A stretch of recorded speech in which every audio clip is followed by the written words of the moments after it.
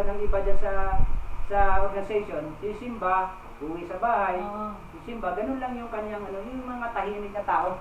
At para sa kanila ay yun yung kaligtasan na ng kanilang kaluluwa. Pero hindi po yung kapatid, no?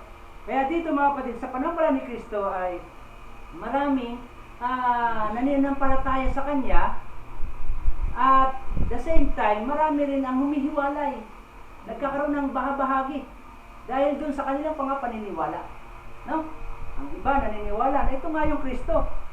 Kasi wala naman makakagawa niyan. Ano? Ang iba naman ay hindi, si demonyo yan eh. Kaya sabi ng Panginoon ay, pwede bang wasakin ni Satanas ang kanyang sariling kaharian? Kung ako'y may demonyo sa katawan, sabi ko, winawasa ko yung aking sarili. Kasi ang pinopromote ko yung Diyos sa langit, hindi sa Satanas. Dapat gano'n na yung kanyang So, yun isa sa mga kapatid na ating nakita ngayon sa pag-aaral natin sa umagang ito. So, bagamat maikli lang naman ito, pero ito yun sa mga ating pinakikita kung paano nagkakaroon ng bahagi. Bagamat sa panahon ni Pablo at saka ni Pedro ay meron ding division na nangyari mga kapatid. Oo, yung pagtutuloy. Dito, huwag natin babasahin. Sabi dito sa isang tala,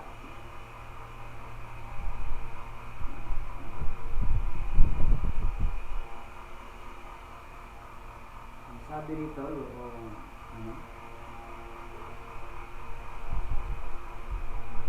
habang hinahanap mo, Brad, dito ko naunawaan sa presentasyon mo na paano mo ma-differentiate yung dalawang klaseng katangian ng tears at saka tree.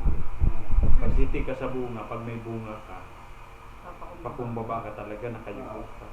Ito palang mga halaman na ito na walang laaw, itong trigo na damo. Mayayabang yan. Mayabang pa ganun eh. Ang haba ng leg. Mo yan na sila ay makumbak. Yung kanilang pagmamataas ba? Ipinapakita din doon bro na talagang hindi yumuyuko yun. Hindi nga yun. Tuwid na tuwid eh. Kaya lang tayo kasi ngayon nasa trigo at ita. Kaya nga, ipinakita lang dito sa explanation kung paano ma-differentiate yung dalawa. Ay, nangyari ito mga kapatid sa organization. Oo. Sa panahon ng harvest time ay mangyayari hindi naman talaga tumatanggap ng kamalian ng organization. Sabi niya, kayo magturo sa amin? Kaya, ganun din. kayo ang papalit sa akin. Apply din yan sa ano.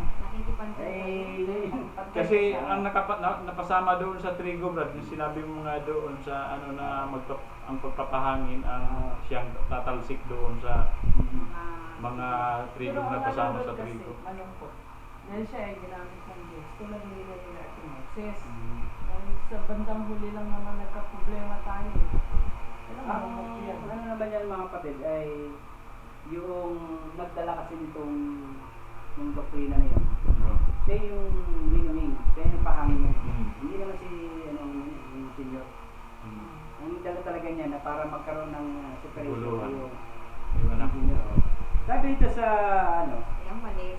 sa Acts of Apostles, sabi dito, Acts of Apostles, when Peter, sabi, at the later date visited Antioch, he won the confidence of many by his prudent conduct toward the Gentiles converts. For a time, he acted in accordance with the light given from heaven. He so far overcome his natural prejudice as to set at table with Gentiles converts.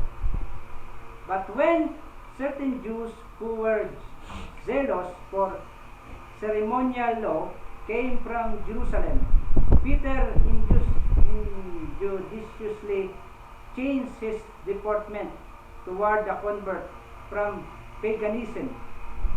A number of the Jews dissembled likewise with him, in so much as Barnabas also was emulation. His revelation of weakness on the part of those who had been respected and loved as leaders left a most painful impression on the mind of the Gentiles believer. The church was threatened with division, but Paul, who saw the subverting influence of the wrong done to the church through the double part of acted by Peter, openly rebuked him for those disguising his true sentiment. In the presence of the church, Paul inquired of Peter, "If thou be a Jew, live after the manner of Gentiles, and not as do the Jews, by compellest thou the Gentiles to live as to the Jews." Yan. Kaya ito palang si Peter, ang sa kanyang may nagkaroon lang kasi dito ng pagtatalo kasi yung ibang Hudyo na galing sa Jerusalem ay tinitindigan nila na kailangan ay yung standard ng Diyos gawin yung sa mga galing sa Gentiles. Yan, kaya nagkaroon ng at nakita nga ni nung sila ay si Barnabas kasi ang may nito, no? Nakita nila na para bang si Peter kasi parang sinasang-ayunan niya na yung mga Hudyo. Kaya nung si Pedro at si Pablo ay nagkaroon ng pag-uusap ay ipinakita niya dito na sinabi niya lang na kung kayo Hudyo, gawin niyo na lang yung pagiging Hudyo niyo, no? At kung kayong Hentel naman ay siyempre hindi naman kayo tuli, okay lang, basta ang kanila ditong pagtuturo ay tanggapin mo si Kristo. Hindi lang Oo, yan. Kaya natakot sila, no? Na-threaten, no? The church was threatened with division. Parang makakaroon ng hiwalayan ito. Yan. Ngunit sabi doon, but Paul, who saw the subverting influence of the wrong done to the church through the double part acted by Peter. Pala dito, sa ating kasing nakita dito ay nung magsalita si Pedro, parang nakinig si Pablo. Pero nakita ko dito, pala si Pablo ay nanindigan dito. Sinabihan niya mismo si Paul. Elder yun. Oh. Mas elder sa kanya yun. Si Peter. Yeah? Yan, sabi ito. Sabi ito, double part of acted by Peter. Openly rebuke him for those disguising the true sentiments. Para bang pinakita niya na ikaw, Peter, parang ikaw ay medyo nagdodouble ka. Parang para lang magkaisa kayo, parang doble ang mo. Parang naniwala sa Hudyo. At yung mga hindi naman kailangan din ay parang tuliin talaga. Pero pinakita ni Paul, ni Pablo ay walang yung pagtutuloy. Kasi panindigan nila yan . Ang mahalaga dyan, tinanggap nila si Kristo bilang tagapagligtas. Yun. Kaya makikita nyo rito yung Sabi pa doon, Peter saw the error into which he had fallen. Si Peter pa lang nagkaroon ng kasalanan. Nakita nyo yung pagkakamali niya. Hindi si Pablo. And immediately set about repairing the evil that had been wrought so far as was in his power. God, who knew the end from the beginning, permitted Peter to reveal his weakness of character in order that the tried apostle might see that there was nothing in himself wherefore he might boast. Yan. Kaya pinakita pala ng Diyos, Kita nyo rito, meron na naman dito ang Diyos na nakakaalam ng end from the beginning. Baka sabihin mo na naman, 6,000 years ito. Ay, pinapakita dito, ang Diyos ang nakakaalam ng lahat. Kung anong dapat niyong gawin. Baka sabihin mo na naman, kita mo na, alam ni Pablo ang 6,000 years. Ano nga yung layo na ni Pablo, Sa Mabosol, ito.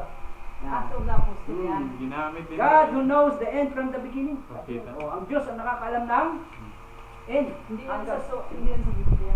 Hindi. Acts of the Apostles na ito 198. Yan. At pinapakita dito na dapat si Pedro pala ay huwag kang mag-boast. Baka magyabang ka. Si Pedro. Si Pedro hindi si Pablo.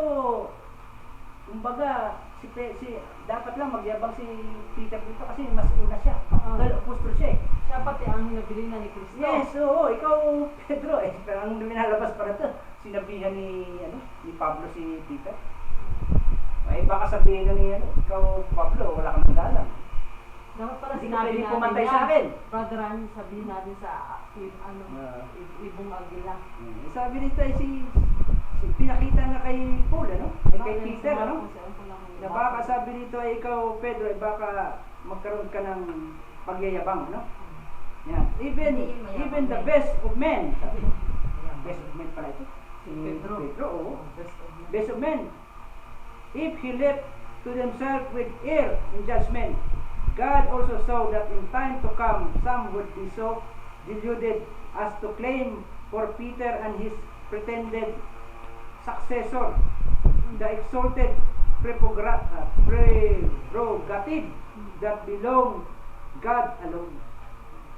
Ang Diyos lang dapat Oo. claim na siya ng mga Sabi nito ay ano? Even the best men, ano? If left to themselves will err in judgment. Kapag ang tao pala tinaas. na hinayaan siya sa kanyang sarili, ay ano, mababagsak sa kanyang judgment, yung kanyang paghatol. Yan, sino? Kailangan pala Senior mga kapatid, Agila. ay ano, hindi makita sa iyo yung ano, yung pangmataas mo. Makipantay kayo sa akin. Oo, yung isip mo na sarili mo lang, isip mo, tatama ito. So, yun pala mga kapatid. Taas ng loob. Ang alam ko noon, sinasabihan daw, kapag si Pedro na raw magsalita, tahimik sila. Oo, Oh, ganun nga. hindi pala mga kapatid dito sinabi. Ang sinabi dito ay pinaliwanag ni Pablo kay Peter. Oh, Hindi pa ikaw tinawagan huwag kang mag-ano dito. Kaya yan isa sa mga kapatid sa nakikita natin ano, na ang Diyos pala mga kapatid ay bagamat nauna kang tinawagan ano, pinagpala ka, tinawagan sa gawain, hindi pala dapat sa taong yun na siya ay ano, magkaroon ng pagtaas sa sarili niya. Sapagkat sabi, maaari siyang magkamali sa kanyang judgment. Yung pagdesisyon. Yung mga pasya. Oo, yung pagdesisyon niya. Oh, Kaya pala, kamali kailangan naman. para, ay nandun para manatili sa iyo yung paglapit mo sa Diyos. Sapagkat Yan, lagi ang Diyos nakatuwa. lamang, sabi dito, Paalala yan eh. God alone. Siya yung nakakalam ng, siya ang nakakalam ng ano?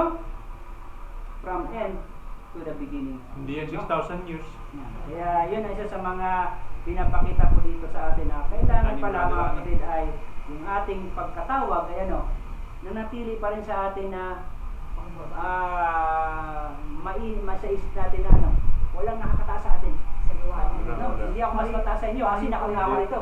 Ano baga, Pastor. alam niyo mga kapatid, ang isa sa mga naisip ng tao, natural na pag-isip ng tao kapag ikay baguhan sa lugar na yun, sabihin sa iyo, "Oy, baguhan ka lang dito.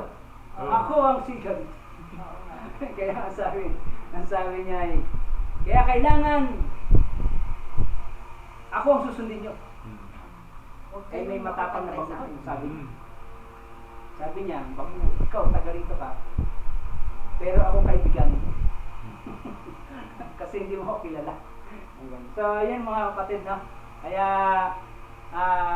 sa ating bilang pag naghihintay tayo sa malapit ng pagdating ng Panginoon ay kailangan talaga manatili pala sa atin yung humbleness, ano? Ang Diyos lang ang nakakalam ng lahat, ano? Siya ang nakakalam ng simula hanggang sa katapusan. Mula sa simula hanggang sa katapusan hanggang sa simula nito. Siya lang po, no? Sandang porsyento na sinasabi ko, yung ginawang pagpasya laban sa ating kapuluan, yun ay hindi niya nilapit sa Diyos. Kaya nung tinanong ako ng isang kapatid dun sa White Cliff, sabi niya na, akala ko kaya kitang tinanong sister kasi akala ko, ano ba talaga, kayo ba ang hiniwalay o kayo ang hiniwalay? Sabi ko, ganito po. Noong biglang kami tinatawag, sinaysay ko nga, sabi niya, ay, kayo pala ang hiniwalay. So, narinig talaga ng lahat, ayon sa lahat na hindi ayon sa nakarating sa kanila, tayo ang hiniwalay.